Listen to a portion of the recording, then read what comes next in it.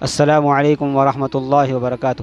محترم سامعین و ناظرین، صدقہ فطر سے متعلق چند اہم باتیں آپ کے سامنے عرض کرنی ہیں۔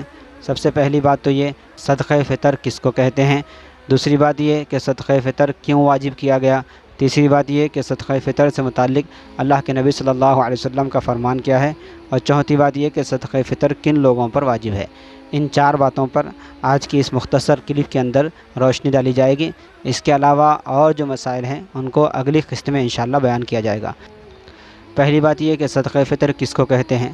صدقہ فطر کے معنی روزہ کھولنے کے آتے ہیں، روزہ چھوڑنے کے آتے ہیں۔ جب رمضان کے اختتام پر اللہ تعالیٰ کے فضل سے روزوں کا اختتام ہوا اور عید کی خوشی نصیب ہوئی، تو اس موقع پر جو صدقہ دیا جاتا ہے شکرانے کے طور پر، اس کو صدقہ فطر کہا جاتا ہے۔ یہ صدقہ فطر کیوں واجب کیا گیا، اس کے متعلق علماء کرام نے دو تین باتیں عرض کی ہے۔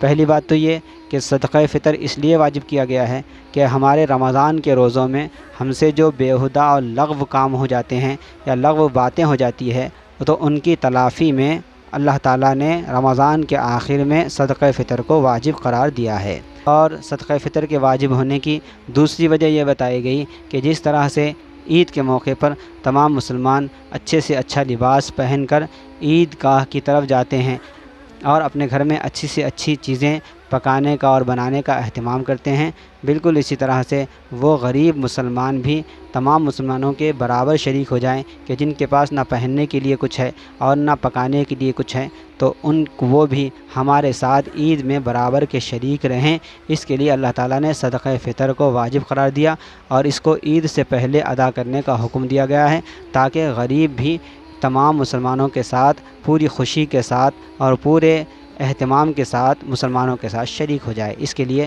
اللہ تعالیٰ نے صدقہ فطر کو واجب قرار دیا ہے۔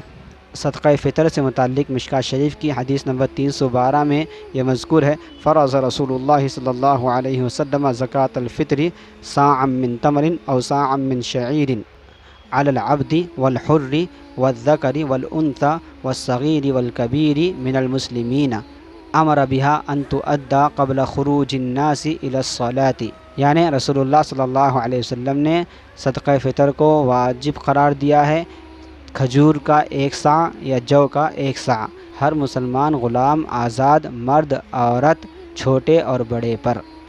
اور اللہ کے نبی صلی اللہ علیہ وسلم نے صدقہ فطر کو عید کی نماز سے جانے سے پہلے ادا کرنے کا حکم دیا ہے۔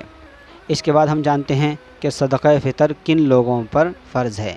اس کو ذرا غور سے آپ حضرات سماعت فرمائیں۔ اس سلسلے میں ہم لوگوں کی 2 قسمیں کر سکتے ہیں، ایک طرح کے وہ لوگ کہ جن پر زکوٰۃ فرض ہے، اور ایک طرح کے وہ لوگ کہ جن پر زکوٰۃ فرض نہیں ہے۔ اب جن پر زکوٰۃ فرض ہے ان تمام پر بلا کسی تفصیل کے صدقہ فطر بھی واجب ہے۔ اور دوسرے قسم کے وہ لوگ ہیں کہ جن پر زکوٰۃ تو فرض نہیں ہے، لیکن ان کے پاس ضرورت سے زائد اتنی چیزیں رکھی ہوئی ہے کہ جیسے ایک فریج استعمال کی ہے اور ایک فریج کو اٹھا کر رکھ دیا گیا ہے جو کہ ضرورت سے زائد ہے۔ اسی طرح سے ایک صوفہ رکھا ہوا ہے جو کہ استعمال میں ہے، اور ایک صوفے کو اٹھا کر رکھ دیا گیا ہے جو کہ استعمال میں نہیں ہے۔ جیسے گھر میں ٹیلی ویژن رکھی ہوئی ہے، اگرچہ کہ وہ استعمال میں ہو، لیکن فقہاء کرام نے اس کو ضرورت سے زائد چیزوں میں شمار کیا ہے۔ جیسے فون رکھے ہوئے ہیں گھر کے اندر، پیک کر کے رکھے ہوئے ہیں اور وہ استعمال میں نہیں ہے، تو ان کی قیمت لگائی جائے گی۔